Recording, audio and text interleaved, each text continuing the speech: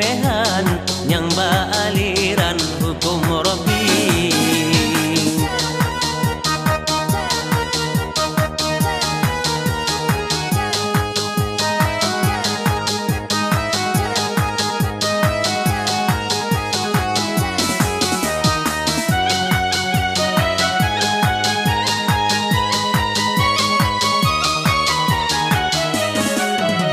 Muslimin yakinkan iman kepada Tuhan, menyerah diri, hana menyembelih hati dalam badan, dalam berjuang jasa jan Nabi.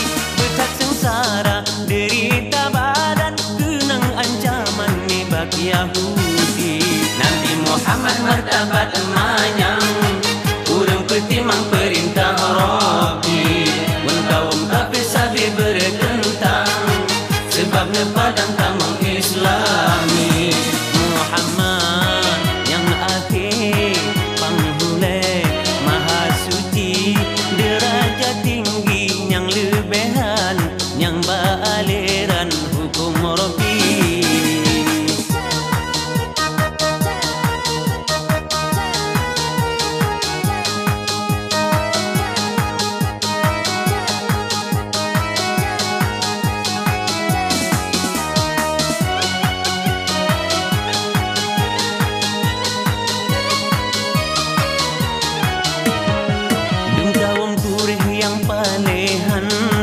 Berbagai macam ilah dicari, jimumpah mati Nabi janjongan, jinbek berkembang agama Rabbi.